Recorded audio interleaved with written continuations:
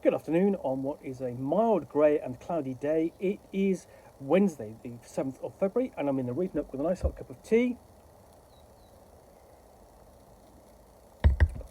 and a package to unbox, which arrived today. So let's get this open.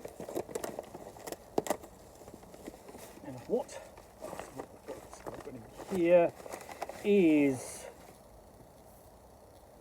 this. This is Orpheus. Don't Look Back. It is a supplement. It's a role-playing game published by White Wolf. I'll just try to say when. Let's have a look.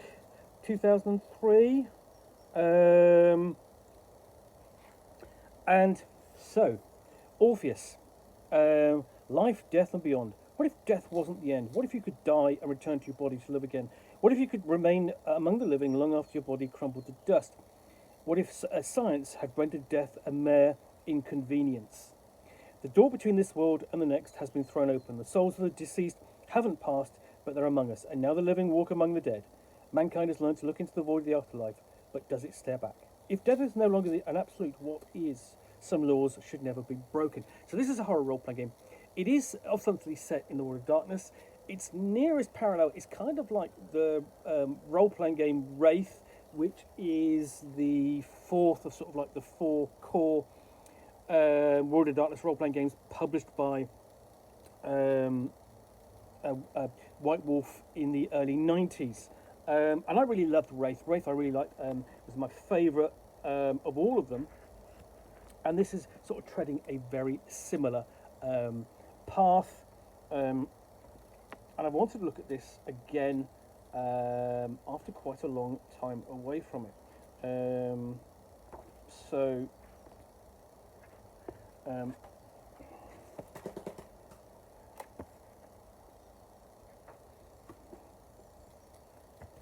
it's got the contents page and the credits page. And as you know, you kind of have, as ever, you have a piece of fiction setting the scene, as is sort of classic of White Wolf books, World of Darkness books. So this is quite a lengthy slice of fiction. This came out in 2003, so it's 2024. I would have liked to have had it last year, but it wasn't to be. I would have liked to have done a review of it on its 20th anniversary. So we've got the introduction. So what it says here is the book you now hold represents a new direction for White Wolf Game Studio. While it is indeed the core book for a new World of Darkness game featuring the Restless Dead, it's also a great deal more than an experiment rarely if ever explored or touched upon in gaming. While the core book is indeed the main source book for a new game, it is also the first in a linked run series. That's right, the story of this unique game unfolds over successive supplements, 6 in all, including this book, each revealing some new information, both mechanical and narrative, while taking the setting in a whole, as a whole, forward another step. So Orpheus is the first of 6 books in the Orpheus setting. Originally, this is the core book, and then each one would expand. So you have a limited run of just 6 books in this line. Of course, having role-playing game books that expand upon the setting and expand upon the campaign are not new. You really kind of think of something like Deadlands, or subsequently Brave New World, and role-playing games of the late 90s, which, as new books would come out, they would push the storyline behind the setting on a bit further forward, so that there would be secrets which would in the setting which would not be revealed until very much later into the line. So with Orpheus, this is a bit different. You're going to get there a whole lot quicker because there's only 6 books in the series. So essentially, got an introduction, a guide to the setting, and as I sort of remember, essentially that the sort of you have 2 types of dead here. You have essentially those that come back from the dead, the ghosts, and those who can separate their soul, their spirit from their bodies whilst in deep sleep and journey with the ghosts. So, okay, we have a lexicon of content, um, list of recommended viewing, connection to the world of darkness, more setting fiction,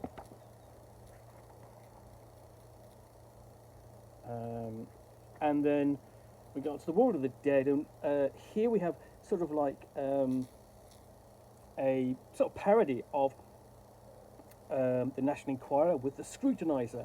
You know, a tabloid magazine or newspaper with you know, information and news stories about the dead.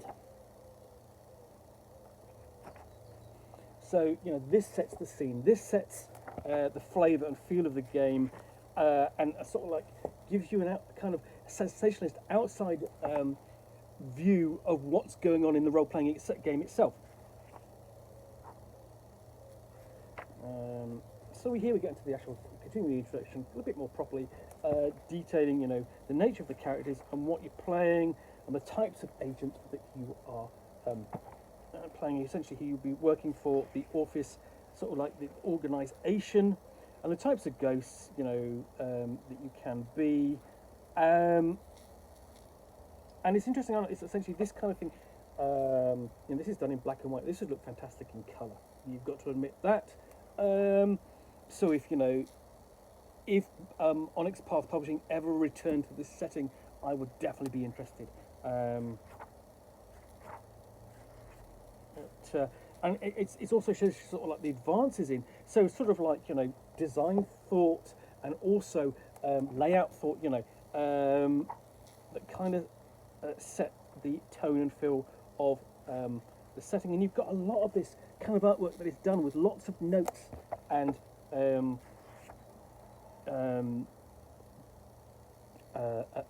messages and memos that are getting you across the idea that you're also working for an organisation. So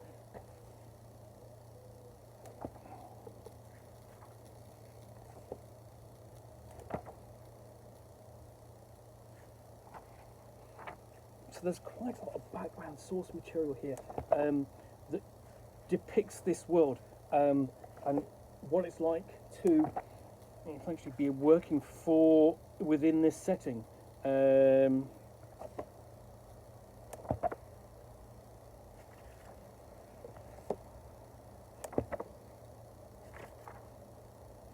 So yeah, I mean, here we've got a guided tour of Orpheus Group, and here essentially you're setting out its corporate mandate, its mission statement, its history. How much of that is going to be true is another matter, but you know, the basics are going to be true. You're going to be working from that and discovering secrets and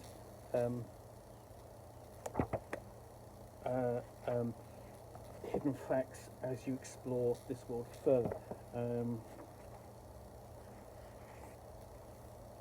So the section on standard operating picture of what you do as an agent for the Orpheus Group.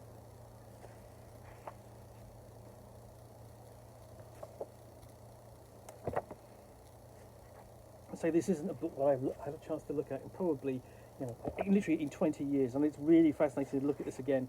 And it's fascinating to see just if you compare it now, just to see how the design and look of books has advanced since then.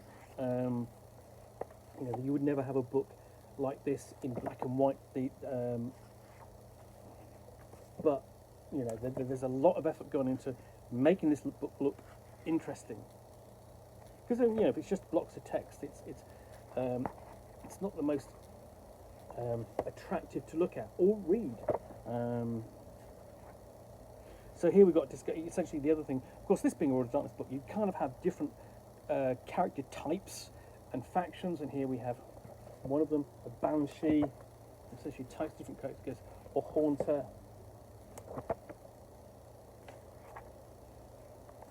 Poltergeist, Skin Rider, ability to ride other people's bodies, Wisp, and then we move on to Laments, the different types of lament.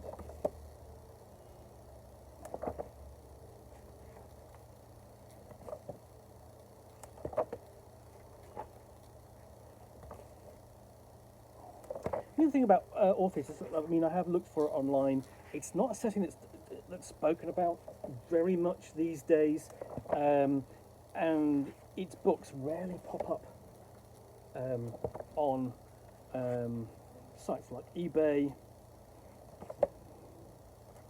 So, so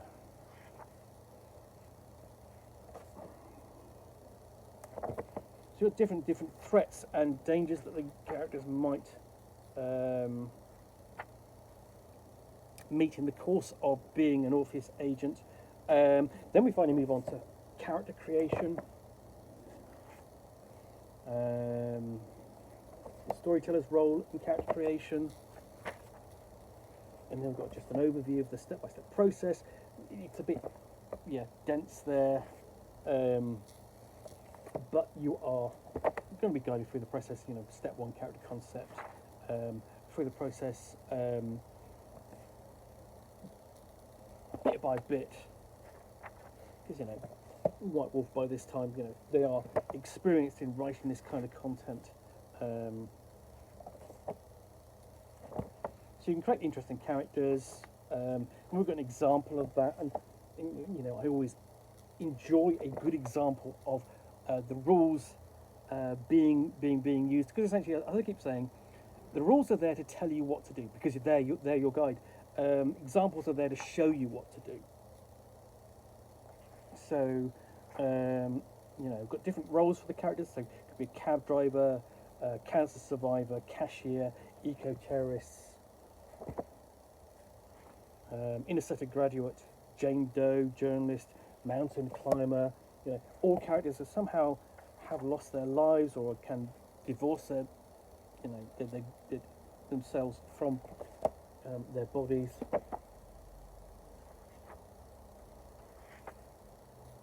And essentially, we have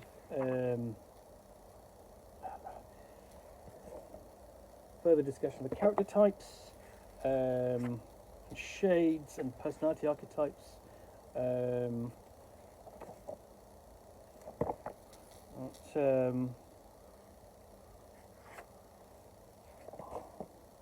The benefits are sort of like playing to that character type.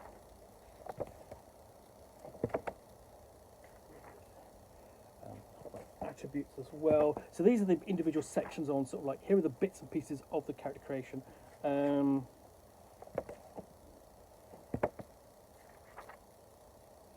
move on to talents, which are really sort of skills more than necessarily than talents. And these come with examples and explanations of it, sort of like the number of dots you've put in them. So it's quite a lengthy list of those. Then we move on to Orpheus backgrounds. So you can't take that with you. Allies, arsenal, artifacts, contacts, destiny. Those are all specific to the Orpheus setting. Things like detective license, health insurance, memorial, mental, that is not mental. Sorry, patrons, personal trainers. You could be a reincarnation, and so on. So you can build and create an interesting character using these rules, using the setting. And then a discussion of spite. Every Orpheus character has a negative, angry side. So, essentially, one of the things about White Wolf and Modern Darkness games is characters are kind of balanced. They always have all these positive modifiers that they can do. Generally, each of them has a negative personality trait, typically the monstrous side of them. So in,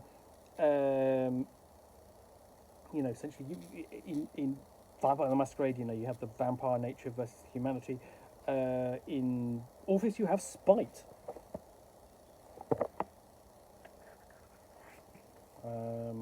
And again, engaging in the effect, of course, is that when you are spiteful, when you actually are you are driven to engage with your spite, you can literally cause stains upon yourself, which might be, bristling hide or carapace, gossamer webs, dagger tongue. This is upon your spiritual self, as it will. And then we've got discussing of new traits, change laments, a rewarding experience, and then a story and a chronicle. We have more in-game fiction, work in the system. And again, this is going to be a storyteller system. You're going to be rolling pools with 10-sided dice.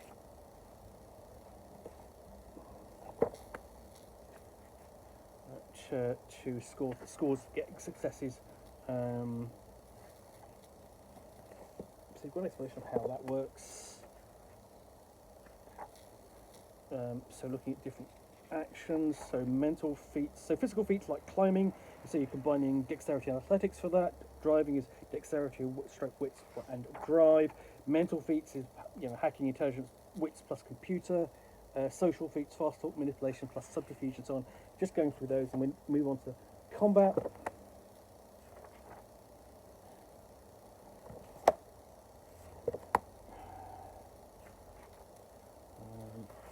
So pretty much standard combat. So the core mechanics are going to be more or less the same for your standard storyteller system from 2003, of course. And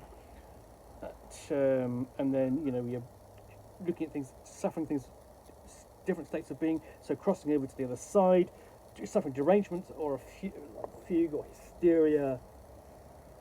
So in-game effects. Manic depression, so you are dealing with a certain extent with mental illness here as well. This may well be challenging, I think, in this day and age, 20 years on, and I think perhaps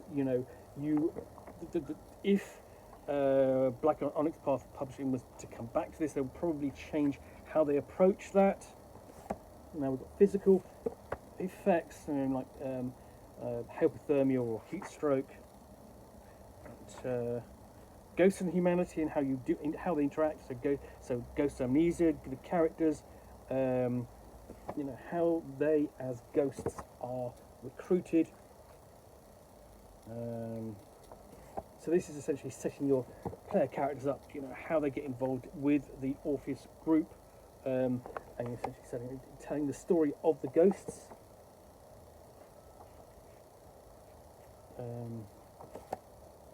So you've got advice there on the types of games and campaigns that can be run.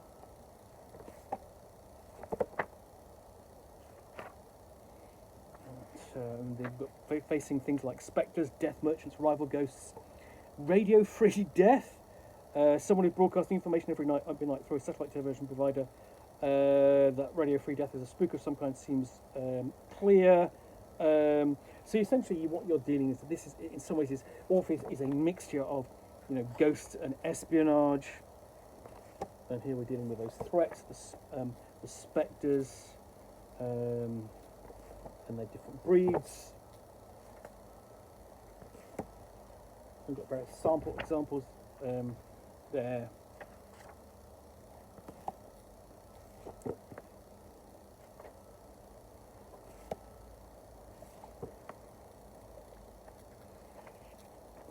And various essentially organisations which are, are opposed to the Orpheus group. There's a lot of background information in here, and we've got some example ghosts, allied ghosts.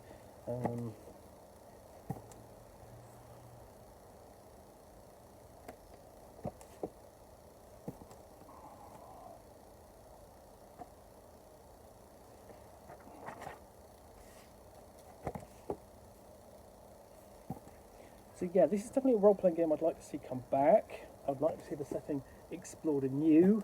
Of course, Onyx Path is very busy with its different different role-playing games and settings. So and then we have the appendix, which is essentially got ghost stories. So I think this is the starting kind of chronicle, the starting game, which you could run. So I like the fact that you've got a scenario in here, you've got some ideas which you can develop and run literally straight out of the book without recourse to other supplements. So you've almost got like a mini campaign that the storyteller can take and develop into something more. So yeah, that is... So there's the character sheet for Orpheus, and you've got the index at the back there.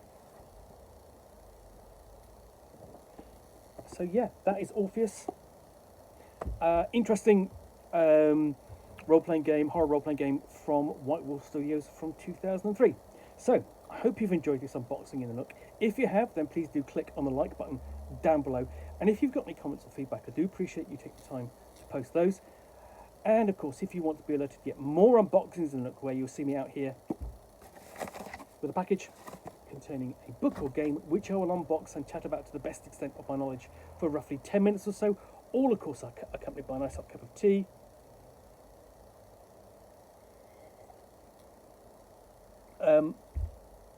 Then please do click on the subscribe button down below.